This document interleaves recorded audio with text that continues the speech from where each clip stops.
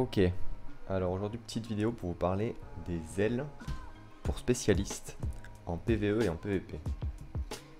Du coup, pour voir quelles sont les ailes les plus fortes, je fais une petite tier list, donc deux tier lists, une pour le PvE et une pour le PvP. Alors pour le PvE, du coup dans la tier list c'est de droite à gauche, donc les plus fortes à droite et les moins fortes à gauche.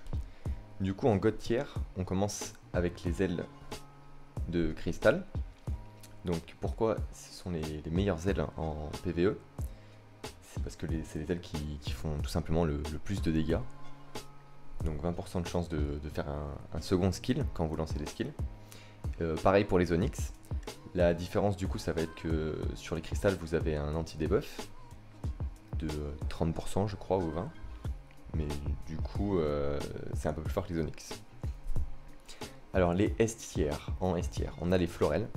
Donc les Florelles, pourquoi elles sont fortes? C'est tout simplement parce qu'elles ont un bonus de 5% de dégâts tout le temps, permanent. Donc voilà, c'est les seules ailes qui donnent un bonus de dégâts constant. Donc c'est ce qui font qu'elles sont au-dessus des autres. Du coup, je vais vous parler d'autre chose ici. C'est pourquoi jouer des Florelles à la place des cristals et pourquoi jouer les cristals à la place des Florelles. Donc en fait, il y a une situation où vous allez jouer les Florelles sur toutes vos SP. C'est la situation où vous allez multi-compte avec 4 ou 5 persos.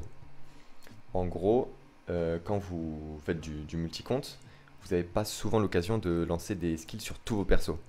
Bon, sauf si vous jouez des 6A ou des 7M ou des choses comme ça, mais la plupart du temps, si vous jouez par exemple 3E ou 7A ou des choses comme ça en raid, vous allez rester en auto-attaque ou alors faire très peu de skills. Donc dans ces cas-là, ça va être mieux de prendre les Florelles. Au niveau des ailes jouables, donc on a toutes les ailes qui vont avoir plus 1 vitesse et un effet plus ou moins intéressant en PvE. Donc on a les ailes tranchantes. Les ailes tranchantes qui sont très fortes, parce que quand vous tapez, vous allez avoir un bonus de dégâts qui va apparaître sous forme de buff. Mais le problème avec ces ailes, c'est qu'elles sont buggées. Et du coup, elles sont buggées au niveau des auto-attaques au CAC. Donc je ne saurais pas vous dire exactement le bug, mais quand vous les jouez, vous vous rendez vite compte que c'est assez relou. Ensuite, les ailes du vent. Les ailes du vent, c'est un peu des Onyx, je crois, mais vraiment low cost, vraiment pas ouf. Voilà. Et les ailes de fée.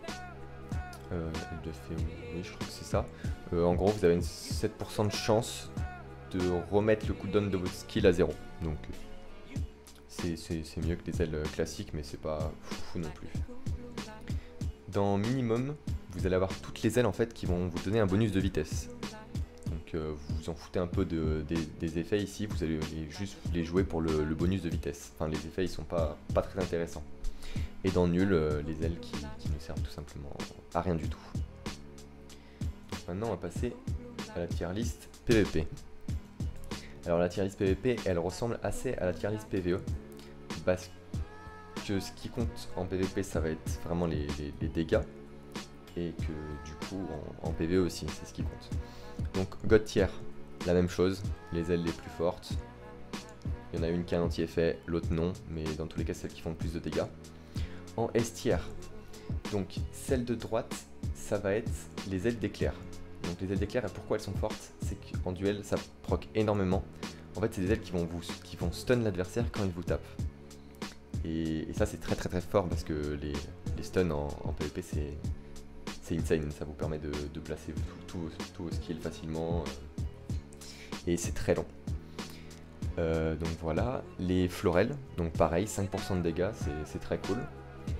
Et j'en ai pas parlé aussi, j'en ai pas parlé dans la tier list PvE, mais on a aussi un debuff qui peut passer. Donc, du coup en PvE c'est assez négligeable parce que ça passe pas très souvent, vu que c'est pas un debuff de niveau 5.